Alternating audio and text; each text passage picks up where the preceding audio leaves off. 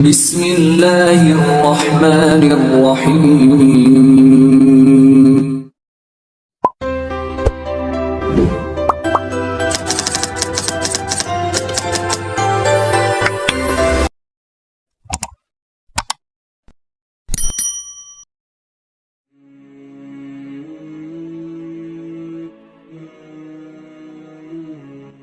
خطیب ارسلان خان حقانی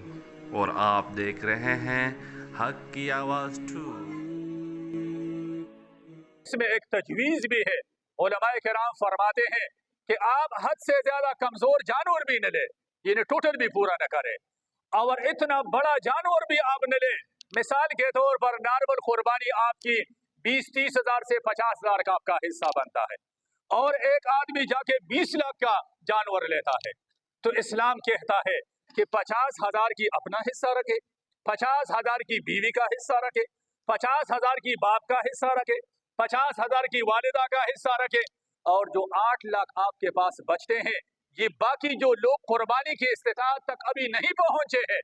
یہ پیسے ان کو دے دے یا ان کی طرف سے آپ قربانی کریں۔ تو بجائے اس کے کہ 10 لاکھ یا 20 لاکھ کا ایک آدمی قربانی کرتا ہے، ایک آدمی کا ذمہ فارغ ہوگا، ایک آدمی کا وجوب پورا ہوگا، تو بہتر یہ ہے کہ آپ کے 20 لاکھ سے کم از کم 40 آدمی قربانی کریں، تو آپ کو زیادہ سے زیادہ اجر ملے گا۔ سمجھ آ گئی اس بات کی؟ تو ابھی آج کل یہ ایک ٹرینڈ چلا ہوا ہے کہ لوگ 10-10 لاکھ 20-20 لاکھ 50-50 لاکھ کی جانور لیتے ہیں، اور حضرت ابو امامہ رضی اللہ تعالیٰ عنہ ایک جلیل القدر صحابی ہے، وہ فرماتے ہیں کہ حضور نبی کریم صلی اللہ علیہ وسلم اپنی طرف سے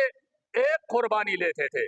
ایک قربانی اپنی طرف سے لیتے تھے، اور اگر استطاعت ہوتی تھی تو صحابہ کرام کو بلا کر کہ بھئی یہ ایک قربانی آپ کی طرف سے، ایک قربانی آپ کی طرف سے، ایک قربانی آپ کی طرف سے، ان کی طرف سے ہبہ کرتے تھے،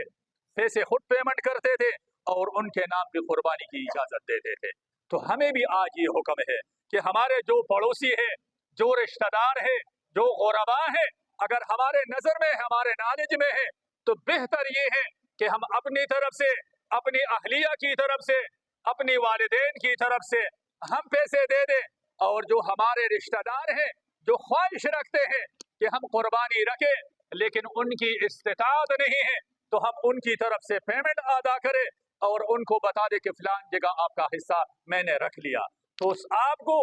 کو اس کا بھی ثواب ملے گا، اپنی قربانی کا ثواب بھی ملے گا، اور ایک رشتہ دار کی رشتہ داری کو بھی آپ نے نبھا دیا، ایک پڑوسی کی پڑوسی ہونے کے ناطے سے آپ نے اس کے ساتھ بھی ایک نیکی کر لی، تو اس میں آپ کو ثواب بھی زیادہ ملے گا، اور آپ کی رشتہ داری اور آپ کا جو معاشرہ ہے وہ بھی بہتر سے بہتر کی طرف چلے گا۔ تو اس کے علاوہ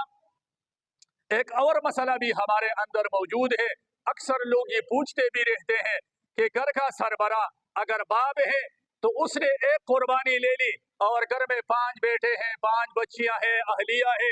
تو کیا یہ ایک کی قربانی سب کی طرف سے پوری ہو جائے گی؟ اس میں 2 باتیں ہیں۔ نمبر 1 بات یہ ہے کہ اگر صاحب استطاعت صرف گھر کا سربراہ ہے، باپ کے پاس پیسہ ہے اور بچے سارے کم عمر ہے یا اتنے کمزور ہے کہ وہ اپنی طرف سے قربانی نہیں دے سکتے، تو پھر کی گھر کی سربراہ کی وجوب، چونکہ قربانی اس سربراہ کے اوپر صرف واجب ہے، یہ قربانی ادا کرے گا۔ اگر ایسا نہیں ہے، اکثر گھروں میں ایسا ہے کہ باپ بھی صاحب روزگار ہے، صاحب استطاعت ہے، اس کے 2-4 بچے یا بچیاں بھی اتنے کماتے ہیں کہ وہ نصاب کے حد تک پہنچ چکے ہیں، تو پھر اسلام کا حکم یہ ہے کہ باپ اپنی طرف سے قربانی کرے گا، بیٹے اپنی طرف سے قربانی کرے گا، بچیاں اپنی طرف سے قربانی کریں گے، اس کا اہلیہ اپنی طرف سے قربانی کرے گا، ان کے گھر میں جو بہو ہے اگر اس کے پاس سونا ہے یا صاحب نصاب ہے تو وہ اپنی طرف سے قربانیاں ادا کریں گے۔ اگر گھر میں صرف ایک نے قربانی ادا کر لی تو جس نے قربانی ادا کر لی اس کا تو ذمہ فارغ ہوا، لیکن جو بقایا لوگ صاحب نصاب ہے اگر انہوں نے قربانی ادا نہیں کیا تو یہ واجب کے ترک کرنے کے باقاعدہ گناہگار ہوں گے، کیونکہ اللہ کا حکم تھا۔ ابھی آپ کہیں گے کہ یہ لفظ نصاب کیا ہے؟ نصاب یہ ہے کہ عید کے 3 دن، پہلے دن، دوسرے دن اور تیسرے دن،